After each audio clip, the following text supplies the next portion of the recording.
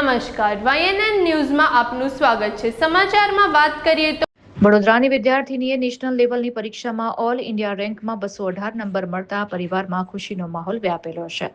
વડોદરાની હાર્દી અજય ઝાંઝે ભારત સરકારની department of biotechnology દ્વારા યોજાયેલ ગેટ બી BIO ટેકનોલોજી 2026ની પરીક્ષામાં AIR 218 મેળવેલો છે। જે પરીક્ષા ખૂબ જ ટફ હોય છે અને ખૂબ જ મહેનત કરવી પડતી હોય છે, ત્યારે આ પરીક્ષા આપવાનું મહત્વ એ છે કે આ પરીક્ષા પાસ કર્યા બાદ દેશની અગ્રણી યુનિવર્સિટીઝ અને આધુનિક પ્રયોગશાળાઓમાં ઉપલબ્ધ અદ્યતન સાધનો અને પ્રયોગશાળાઓનો ઉપયોગ કરીને વેક્સિન, ક્ષયરોગ, કેન્સર, ડાયાબિટીસ, હૃદયરોગ, HIV, એઇડ્સ તથા અન્ય ગંભીર રોગોની નવી દવાઓ, વેક્સિન અને સારવાર પદ્ધતિઓ પર સંશોધન કરી શકાય છે। ખાનગી યુનિવર્સિટીમાં ચોથા સેમિસ્ટરમાં સિલ્વર મેડલ અને એકેડેમિક એક્સેલન્સ એવોર્ડ પણ મેળવેલા છે। રિપોર્ટર રાહુલ રાજપૂત। આ એક્ઝામ પાસ કરીને તમે તમારા દેશમાં કંઈક કોન્ટ્રીબ્યુશન આપી શકો છો, સાયન્ટિસ્ટ બની શકો છો, તમે વેક્સિન બનાવી શકો છો અને જે રોગચાળો છે, જેમ કે હૃદયના રોગો છે, હાર્ટ એટેક આવી રહ્યા છે આજકાલ, પછી ડાયાબિટીસ છે, એના માટે તમે કંઈક સોલ્યુશન લઈ શકો છો। આ એક્ઝામથી તમે ટોપ ઇન્સ્ટિટ્યૂટમાં એડમિશન મેળવી શકો છો। આ એક્ઝામ સાની છે?